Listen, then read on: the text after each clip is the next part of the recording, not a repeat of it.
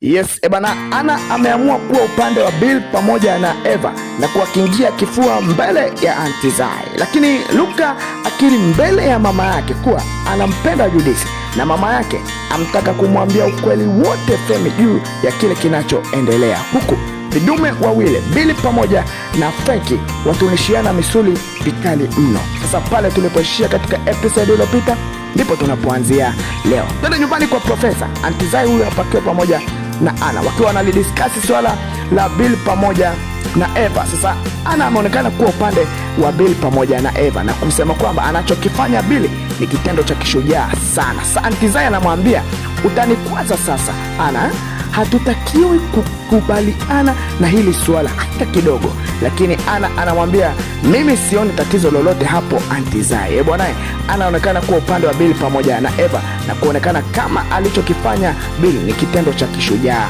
sana. Tutoke hapo twende huku nyumbani kwa mama Luka. Huyu hapa akiwa na kijana yake Luka bana, wakiwa na discuss juu ya kile kinachoendelea. Sasa mama Luka anamwambia, mwambie ukweli mwanangu, usiogope kitu chochote, mweleze ukweli. Lakini Luka anaonekana kuwa na hisia kali sana na kumwambia, mama, Femi anajua ukweli wa kitu anajua. Bwana, ni kweli Femi anajua ukweli wa kila kitu kinachoendelea, ni makusudi tu anafanya. Lakini hivi sasa Luka ni kweli anampenda Judith.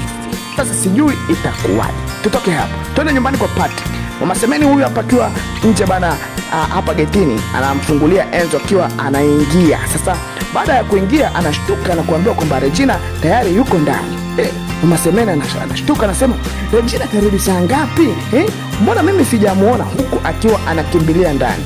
Huenda ikawa ameogopa fumanizi la Patrick pamoja na Semeni, na kama litatokea hii itakuwa ni njia nyepesi sana kwenye penzi la Regina pamoja na Enzo. Itakuwa ni kisingizio kingine kikubwa sana ambacho kitampa Regina uwanja mkubwa kuendelea na mahusiano yake pamoja na Enzo. Tutoke hapo turudi huku nyumbani kwa Profesa bana. Eva huyu hapa yuko zake jikoni akiwa anaendelea kupika, ana machungu sana.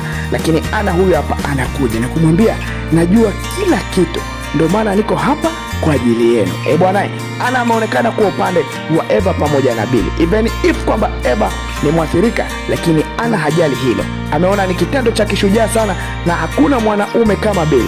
Bill ni mwanaume ndiye hafu, kwa sababu amefanya kitendo cha kishujaa, hamnyanyapai Eva na anaelewa kila kitu. Na kitendo cha kunywa dawa, bwana, Bill ndo anampa mpenzi wake ambaye ni mwathirika huyu Eva. Hata ingekuwa ni mimi ningempa hongera sana Bill. Tutoke hapo sasa tuende huko chumbani kwa Bill pamoja na Frankie. Bwana, Frankie huyu hapa akiwa chumbani, Bill anaingia kuku mkuku. Bill anamwambia, tutazinguana kweli kweli.